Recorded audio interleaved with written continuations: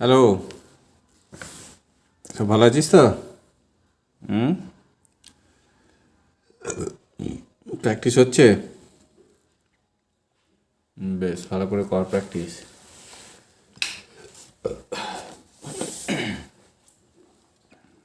রামহরিপুর কে কে পেলি? বেশ, আজকে নতুন ক্লাস আজকে হচ্ছে মিসলেনিয়াস প্রবলেমস 11-12।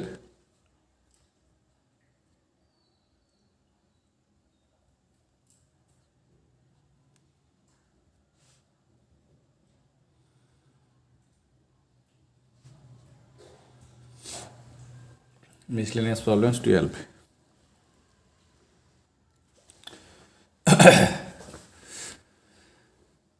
প্রথমে আমি অঙ্কে চলে যাচ্ছি।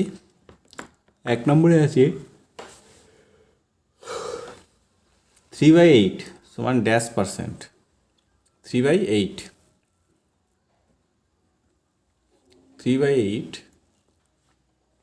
সমান ড্যাশ পার্সেন্ট। তো আমরা তো এগুলো আগে করেছি। ভগ্নাংশ থেকে পার্সেন্ট করতে গেলে কী করতে হয়? 100 দিয়ে গুণ করতে হয়। তার মানে হবে 3/8 ইন্টু 100। 3/8 ইন্টু 100।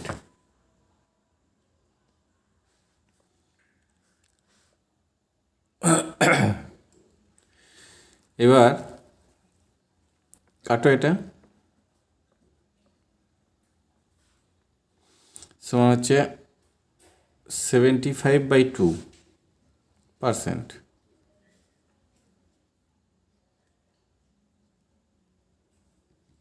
এটা হলো অ্যান্সার। 37 হল 1/2%।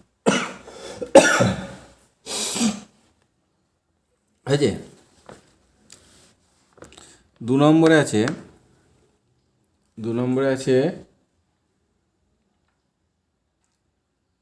200 সমান ড্যাশ পার্সেন্ট অফ 300। 200 সমান হচ্ছে ড্যাশ পার্সেন্ট অফ 300।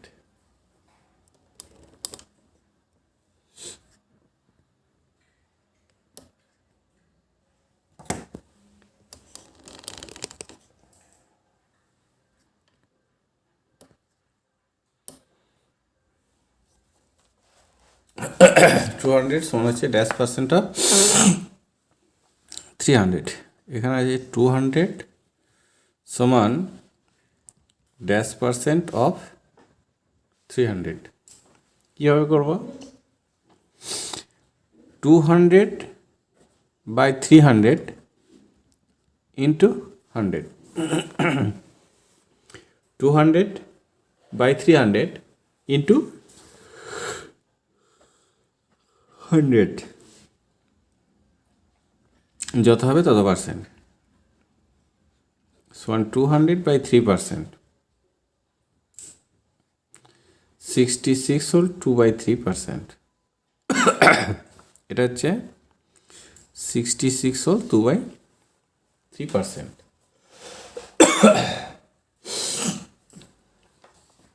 তারপরে 3 নম্বরে আছে 1 equals to dash percent.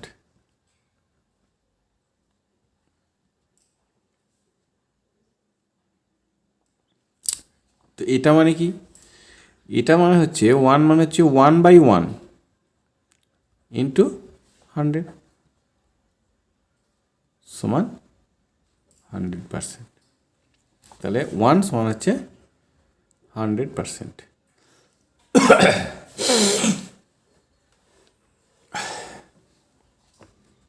Next হচ্ছে নাম্বার 4। নাম্বার 4-এ আছে 20% অফ রুপিস ড্যাশ সমান ₹90। 20% অফ রুপিস ড্যাশ সমান ₹90। এবার এটা কি করব? তার মানে আমাকে করতে হবে 90 ডিভাইড 20%,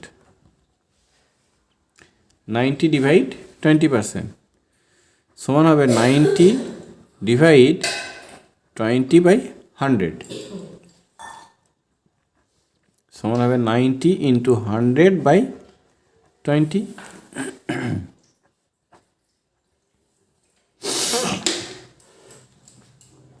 সমান 450। তাহলে 20% of ₹450 equals to ₹90। 20% of ₹450 is ₹90 হলো। নেক্সট হচ্ছে 5 নম্বরে আছে what is chord of a circle. What is chord of a circle. সার্কেলের কর্ড বলতে কি বোঝো? What is chord of a circle. Chord হচ্ছে the line segment joining any 2 points on the circumference of a circle is called the chord of a circle.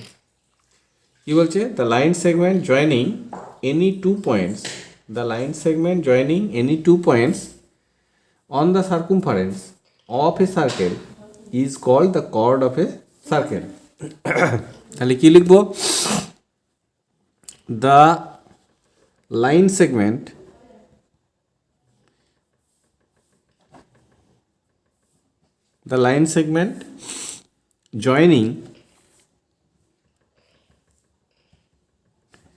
joining any 2 points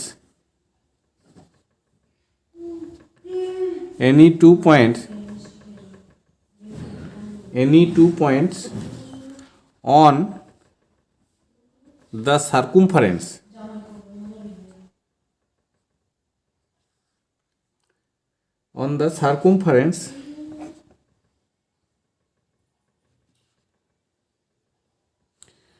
of a circle is called the chord of a circle.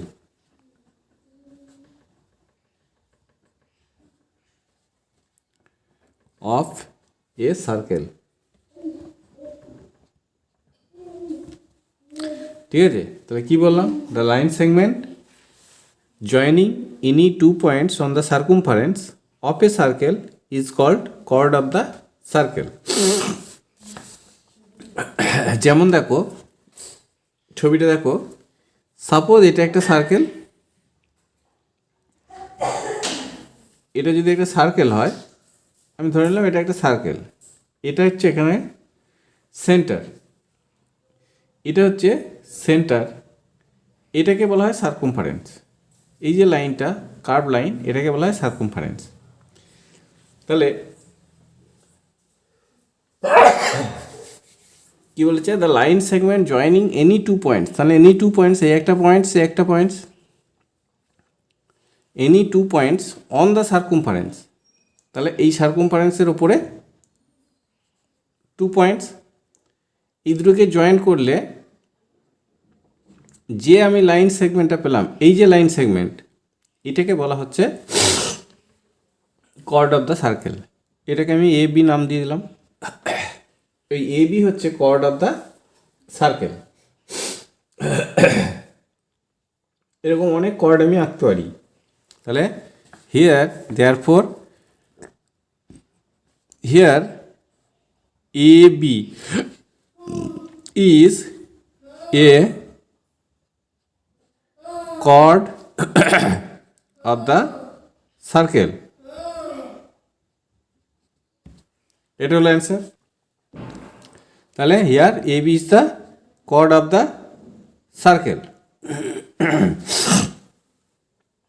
এই গেল 5 নম্বর। এবার আমি 6 নম্বরে যাচ্ছি। 6 নম্বরে আছে what do you mean by arc of a circle. Arc of a circle হচ্ছে any part of the circumference of a circle is called an arc of a circle. কি বলছে? Any part of the circumference of a circle is called an arc of a circle. তাহলে কি লিখবো? Arc of a circle হচ্ছে any part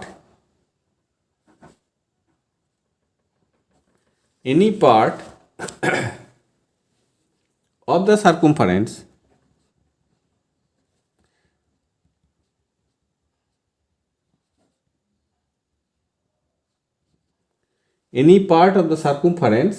of a circle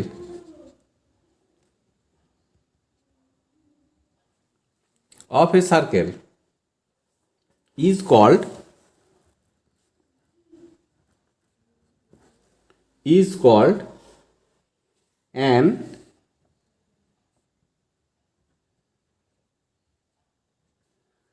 arc of a circle.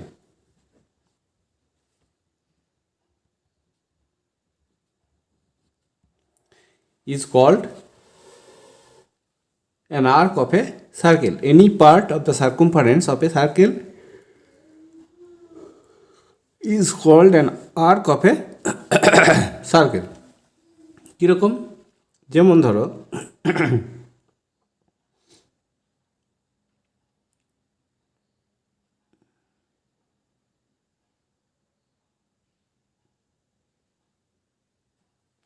এটা যদি একটা circle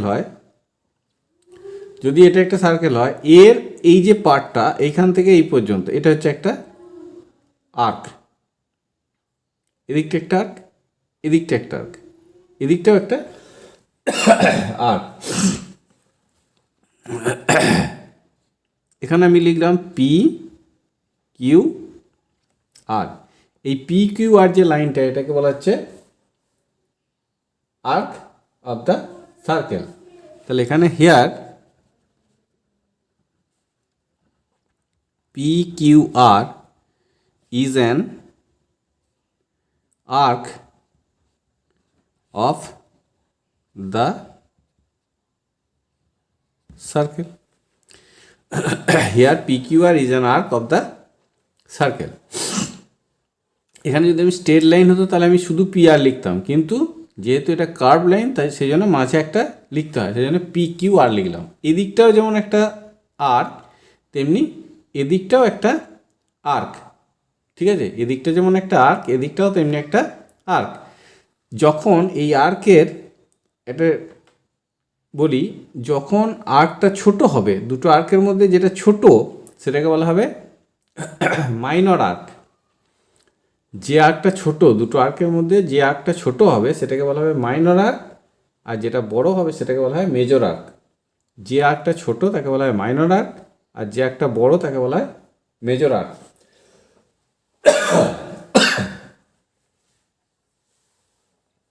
ওকে, বেশ। তাহলে আর্ক অফ দ্য সার্কেল হলো 6 নম্বর। এবার আমি 7 নম্বরে যাব। 7 নম্বরে আছে what is concentric circle. Concentric বলতে একই সেন্টারে যে সার্কেলগুলো হবে তাকে বলা হবে concentric circle. Concentric circle are the circles which have same centre but different radius is called concentric circle. তাহলে কি বললাম? The circle which have same center, the circles which have same center but different radii is called concentric circle. তাহলে লিখছি the circles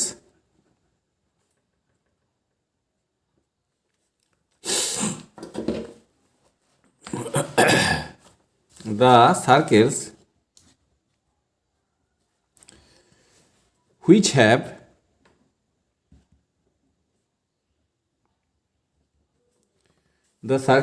have same center but different radii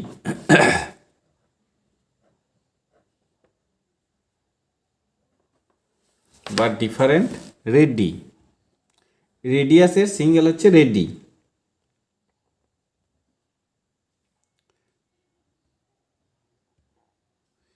রেডিয়াসের singular number হচ্ছে ready.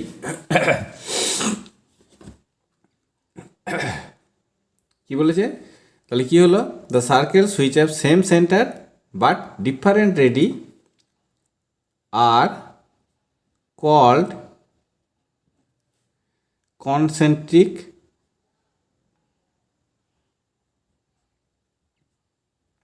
Circle.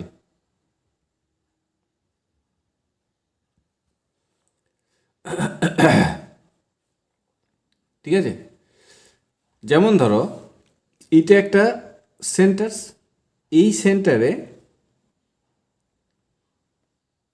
এটা একটা circle, এর ready হচ্ছে এটা, মানে radius হচ্ছে এটা, আবার এই একটা সার্কেল, এর রেডিয়াস হচ্ছে এটা, এর রেডিয়াস হচ্ছে এটা। তাহলে ডিফারেন্ট রেডিয়াসের লেন্থটা ডিফারেন্স হচ্ছে, তখন এই সার্কেলগুলোকে বলা হবে কনসেন্ট্রিক সার্কেল। ঠিক আছে,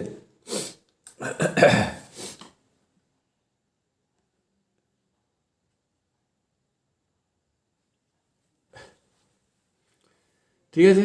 হিয়ার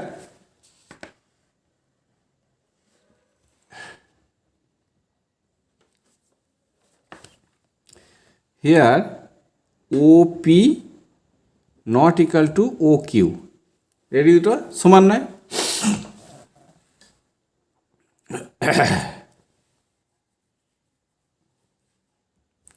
তাহলে এই যে সার্কেল দুটো, এদেরকে বলা হচ্ছে কনসেন্ট্রিক সার্কেল।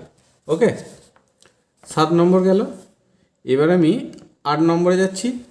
8 নম্বরে আছে what is adjacent angle. What is adjacent angle? Adjacent অ্যাঙ্গেলটা কি? অ্যাডজাসেন্ট অ্যাঙ্গেল হচ্ছে দুটো অ্যাঙ্গেল, যে অ্যাঙ্গেল দুটোর কমন একটা আর্ম থাকবে, যে অ্যাঙ্গেল দুটোর একটা কমন আর্ম থাকবে, আর সেই কমন আর্মের বোথ সাইডে, অপোজিট সাইডে অ্যাঙ্গেল দুটো থাকবে, আর তাদের একটা কমন ভার্টেক্স থাকবে, তাকে বলা হবে adjacent angle.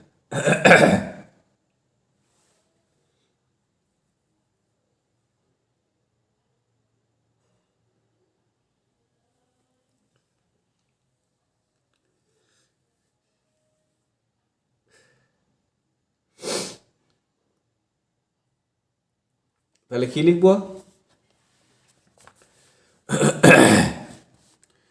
Two angles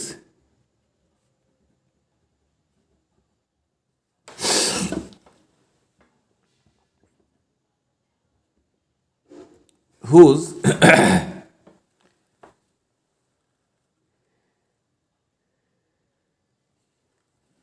have a common vertex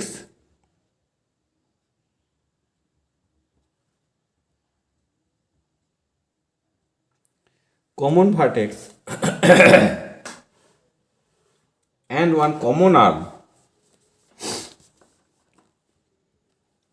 common vertex, one common arm, one common arm and the angles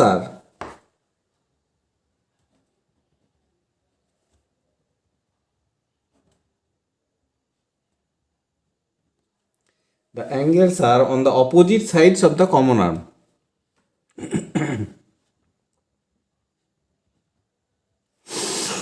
On the opposite sides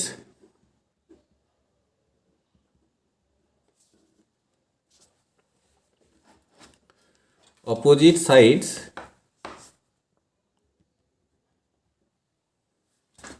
the common arm.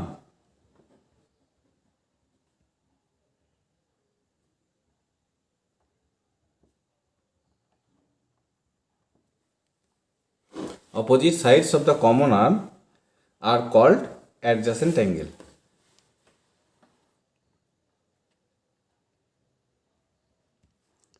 Are called adjacent angle.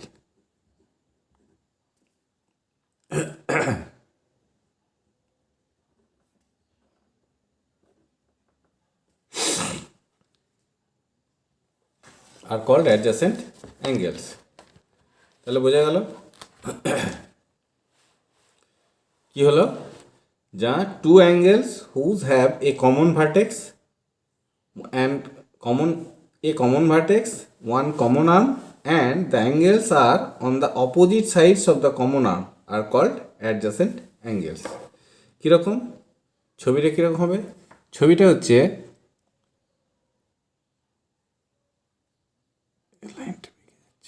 এটা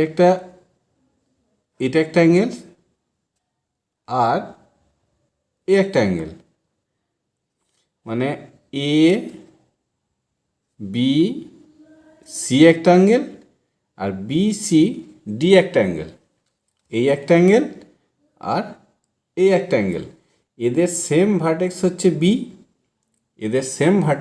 B, আর angle দুটো এই যে common arm BC হচ্ছে এদের common arm, এই অ্যাঙ্গেলেরও arm BC, এই অ্যাঙ্গেলেরও arm BC, তাহলে এটা হচ্ছে কমন আর্মের বোথ সাইডে অপোজিট সাইডে এগুলো অবস্থিত, তাই এই অ্যাঙ্গেল দুটোকে বলা হবে অ্যাডজাসেন্ট অ্যাঙ্গেল। তাহলে আমরা এখানে লিখব therefore here A B C and angle CBD are adjacent angle. Here কি হচ্ছে অ্যাঙ্গেল ABC আর CBD, এই দুটো হচ্ছে অ্যাডজাসেন্ট অ্যাঙ্গেল, ঠিক আছে। কিন্তু আমি যদি বলি ABC আর ABD, এই দুটো কিন্তু অ্যাডজাসেন্ট অ্যাঙ্গেল নয়, ABC একটা অ্যাঙ্গেল, ABDও একটা অ্যাঙ্গেল, কিন্তু এই দুটো অ্যাঙ্গেল অ্যাডজাসেন্ট অ্যাঙ্গেল হবে না, কারণ তখন কমন আর্ম হয়ে যাচ্ছে AB, কিন্তু ABর বোথ সাইডে না হলে কিন্তু সে দুটো অ্যাডজাসেন্ট অ্যাঙ্গেল হবে না। সো এখানে অ্যাডজাসেন্ট অ্যাঙ্গেল হচ্ছে ABC আর CBD, এই দুটো হচ্ছে অ্যাডজাসেন্ট অ্যাঙ্গেল। ওকে, চলো 8 নম্বর হলো, এবার 9 নম্বরে যাব। 9 নম্বরে আছে A man spent 1/6 of his money to purchase books. A man spent 1/6 of his money to purchase book. 9 নম্বরে যাচ্ছি। A man spent 1/6 of his money to purchase books and 1/3 of remaining to purchase clothes. After that he had rupees 1500 left. What amount he had at first? তাহলে এখানে total অ্যামাউন্টটা কত বলে দেওয়া নেই, তো আমাকে কী করতে হবে, টোটাল অ্যামাউন্টটা ধরে নিতে হবে। Let's total amount be 1 part. Let's total amount, তাহলে আমাকে প্রথমেই ধরে নিতে হবে কি, let's total amount equal to 1 part. Let's total amount be 1 part. Let's total amount be 1 part. এবার দেখো, after purchase books remaining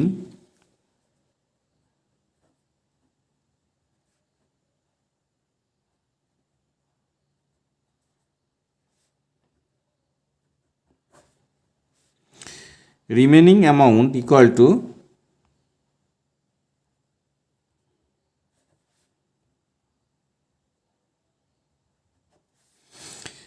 to হবে 1 minus 1/6. টোটাল হচ্ছে 1 পার্ট, তার থেকে 1/6 দিয়ে আমি বুকস খরিদ করেছি, তাহলে রিমেনিং হচ্ছে 5/6 পার্ট।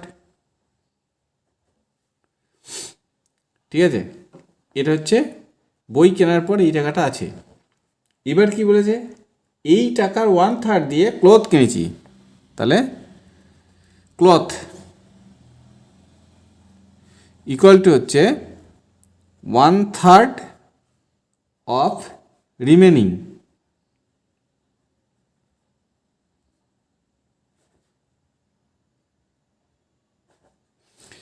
সমান হচ্ছে 1/3 ইন্টু 5/6 সমান হচ্ছে 5/18 পার্ট। এটা দিয়ে আমি কি করেছি, ক্লথ কিনেছি। এবার কি থাকছে, লেফট। দেখো আমার ছিল কত, 5/6 পার্ট, তার থেকে আমি খরচ করলাম 5/18 পার্ট, এই বাকিটা থাকলো। এটাকে মাইনাস করব, এই দুটোর এলসিএম হবে 18, সমান হবে 10/18। কাটো,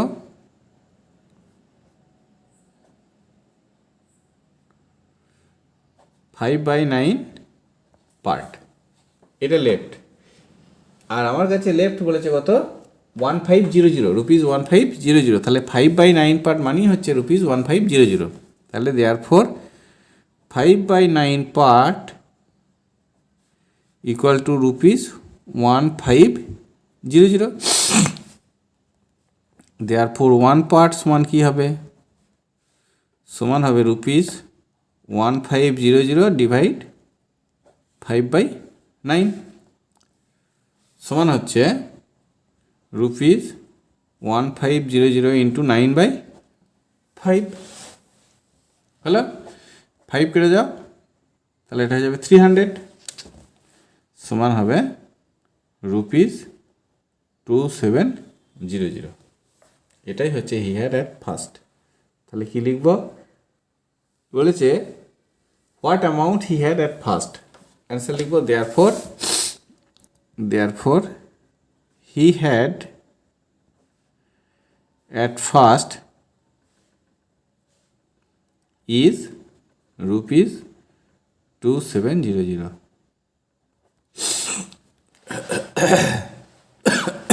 এটা হলো আমাদের নাম্বার 9-এর অ্যান্সার। এবার আমি করব নাম্বার 10। নাম্বার 10-এ আছে a man earns in 3 months what is spends in 4 months। A man earns in 3 months what is spends in 4 months. What is the ratio of his income and expenditure? What is the ratio of his income and expenditure? তাহলে দেখো আমরা এখানে লিখতে পারি 3 months income equal to 4 months spent.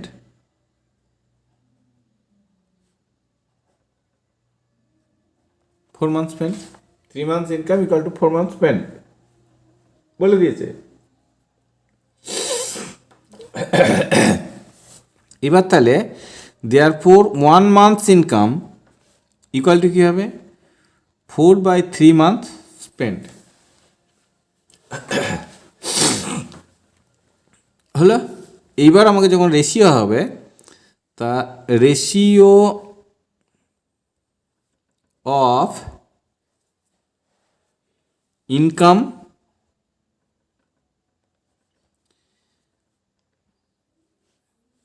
and expenditure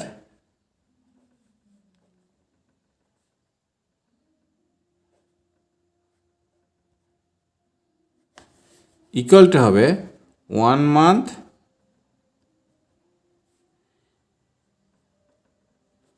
income is to 1 month income is to 1 month spent।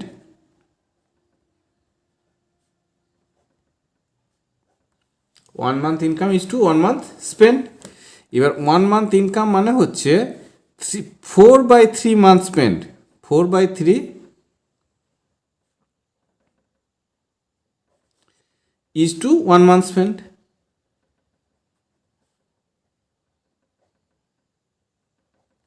দুটোকে আমি স্পেন্ডে convert করে নিচ্ছি।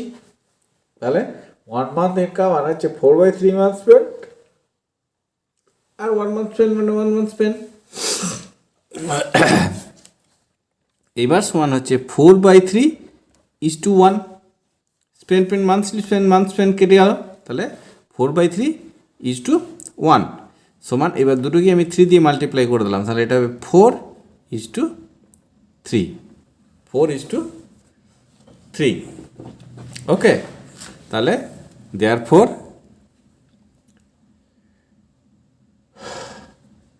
the ratio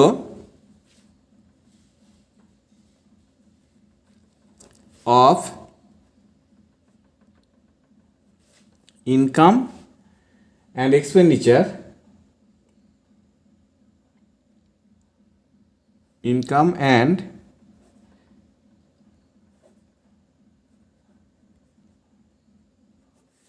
is 4:3। এটা হলো আমাদের অ্যান্সার। এটা হলো 10 নম্বর গেল। এবার চলো আমি 11 নম্বরে যাব। অঙ্কটা খুব ছোট কিন্তু একটু ক্রিটিক্যাল আছে, একটু বুঝতে হবে ব্যাপারটা, ঠিক আছে? 11 নম্বর আছে, after selling A book at ₹9,299 A book seller saw that he had a profit of ₹15%.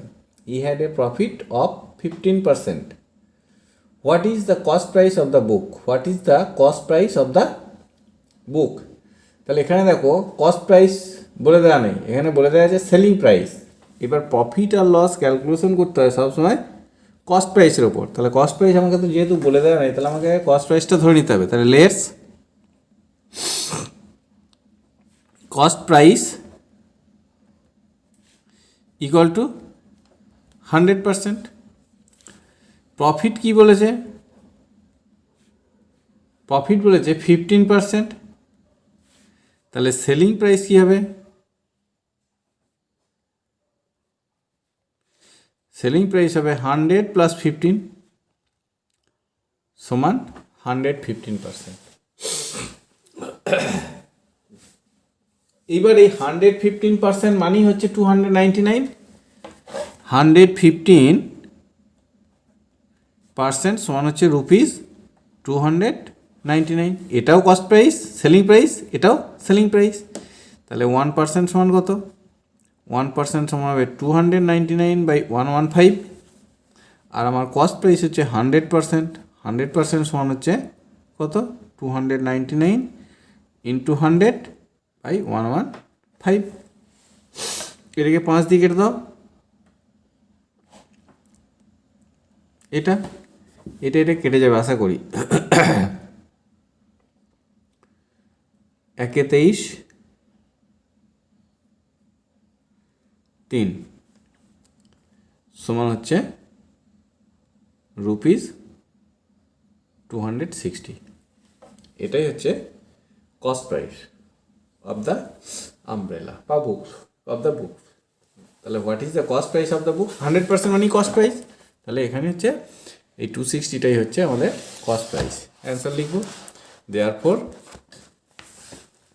Therefore the cost price of the book is ₹260। এটা অ্যান্সার হয়েছে। এটা গেল 11 নম্বর। এবার যাব 12 নম্বরে।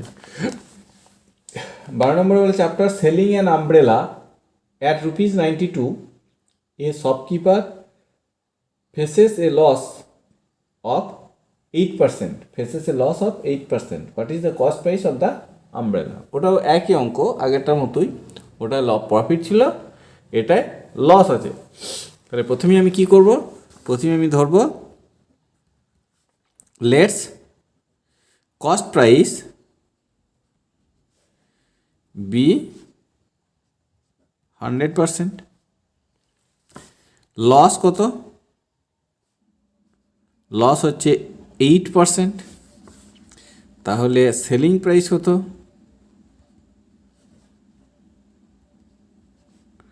ইকুয়ালটা হচ্ছে 100 মাইনাস 8 সমান হচ্ছে 92%। এটা হচ্ছে সেলিং প্রাইস। এবার কি, তাই 92% মানি হচ্ছে আমার ₹92। দেয়ারফর আমি লিখবো দেয়ারফর 92% ইকুয়াল টু ₹92। 1% সমান হবে 92/92, আর 100% সমান হবে 92/92 ইন্টু 100 সমান হয়ে গেল ₹100। এটাই হচ্ছে cost price of the umbrella. তাহলে therefore the cost price of the umbrella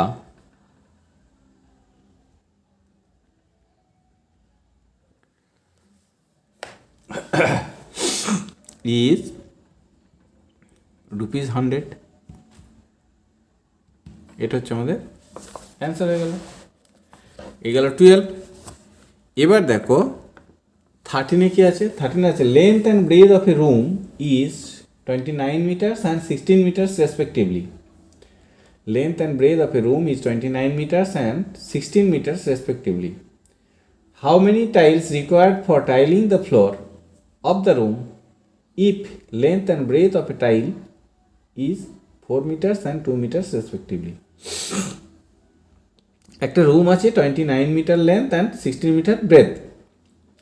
তার মেঝেটাতে ফ্লোরে কী করতে হবে? পাথর বসাতে হবে, টাইলস বসাতে হবে। তো সেখানে এক একটা টাইলসের লেন্থ ব্রেথ হচ্ছে 4 মিটার অ্যান্ড 2 মিটার। তাহলে কতগুলো টাইলস লাগবে? তাহলে কী করতে হবে? দুটোরই এরিয়া বের করতে হবে। ফার্স্ট আমার কাজ হচ্ছে দুটোরই এরিয়া বের করা। প্রথম ফ্লোরের এরিয়া, তারপর টাইলসের এরিয়া, দিয়ে দুটোকে ডিভাইড। তাহলে আমরা প্রথমে বের করব area of the floor. Area of the floor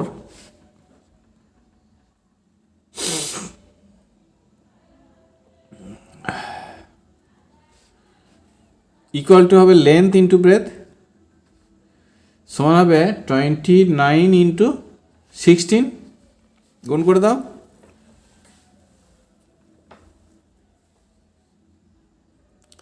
one 4 carry হচ্ছে 14, এটা হয়ে যাবে 46।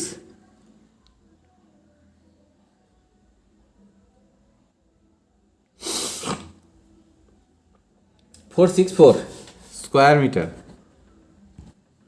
464 স্কোয়ার মিটার, 29 ইন্টু 16 হলো। এবার কি করব? Area of tiles of tiles equal to হবে লেন্থ, এটাও লেন্থ ইন্টু ব্রেথ, সমান হবে 4 ইন্টু 2, 8 স্কোয়ার মিটার। এবার কতগুলো টাইলস লাগবে?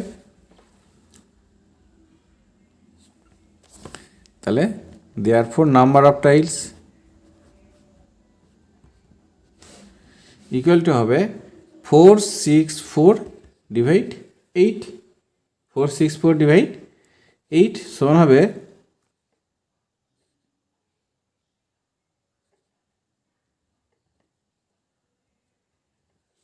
58। তাহলে 58টা টাইলস লাগবে। তাহলে দেয়ারফর 58 টাইলস required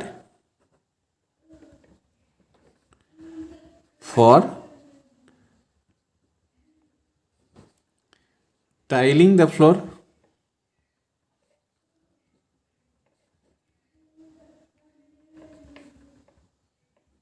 এটা গেল আমাদের এটার অ্যান্সার।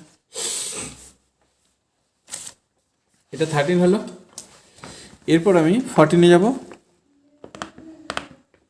14 আছে সিম্পলিফাই, প্রথমে আছে সেকেন্ড ব্র্যাকেট, তারপর first bracket 6 whole 7/8 plus 3 whole 4/5, first bracket close, divide আবার first bracket 6 whole 7/8 minus 3 whole 4/5, first bracket close, second bracket close, divide 10 whole 17/41 of 1/3 সমান দিলাম, সমান দিয়ে equal sign second bracket first bracket একে convert করো, 55/8 plus 19/5 divide first bracket 55/8 minus 19/5 second bracket close, divide 427/41 of 1/3। এবার এটাকে plus করতে হবে, এটা হয়ে যাবে 40/275 প্লাস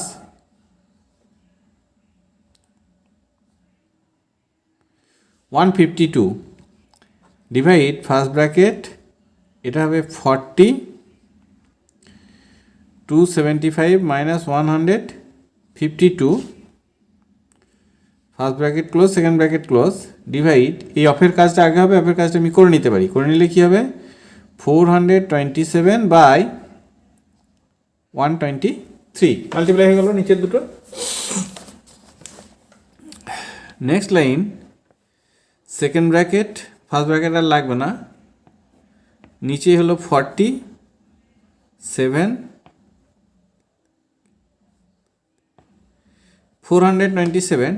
ডিভাইড এটারও নিচে 40, উপরে হবে 123 সেকেন্ড ব্র্যাকেট ক্লোজ, ডিভাইড 427/123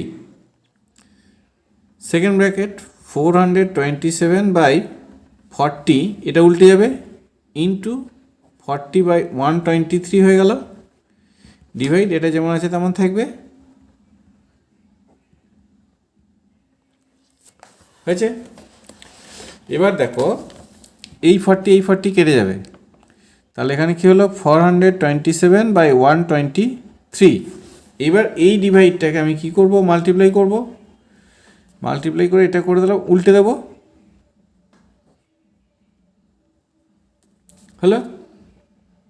এবার এটা এটা এটা এটা কেটে যাবে, সমান হবে 1, এটাই হচ্ছে আমাদের অ্যান্সার, ঠিক আছে। তাহলে নাম্বার 14 হয়ে গেল।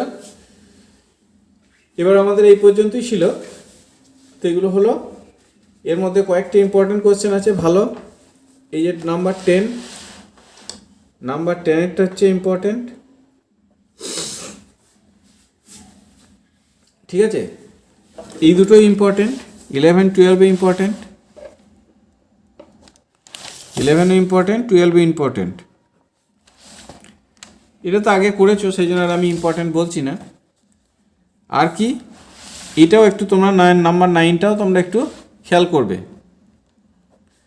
কারণ এখানে আমরা সাধারণত কি পাই যে 1/5 পার্ট দিয়ে ক্লথ বুকস আর 1/3 পার্ট দিয়ে ক্লথ, এইটা বলা থাকে। কিন্তু এখানে একটা দেওয়া আছে, দেখবে কথাটা বলেছে যে books and 1/3 of remaining money to purchase cloth, 1/3 of remaining money. এই জিনিসটা, এই কথাটা তোমাদেরকে খেয়াল রাখতে হবে, যখনই এরকম থাকবে তখনই জানবে এটাকে মাল্টিপ্লাইটা করতে হবে, ওকে। তাহলে এই গেল আজকের মতো। এবার তোমরা ভালো করে প্র্যাকটিস করো, এগুলো করেছো, যেগুলো হয়নি সেগুলো তোমরা ঠিক করে নেবে, এটা দেখে ঠিক করে নেবে, ওকে। আর এগুলো একটু বেশি করে প্র্যাকটিস করো কদিন। প্র্যাকটিস যত করবে তত দেখবে ভালো হচ্ছে। ওকে, চলো আজকের মতো এখানেই শেষ।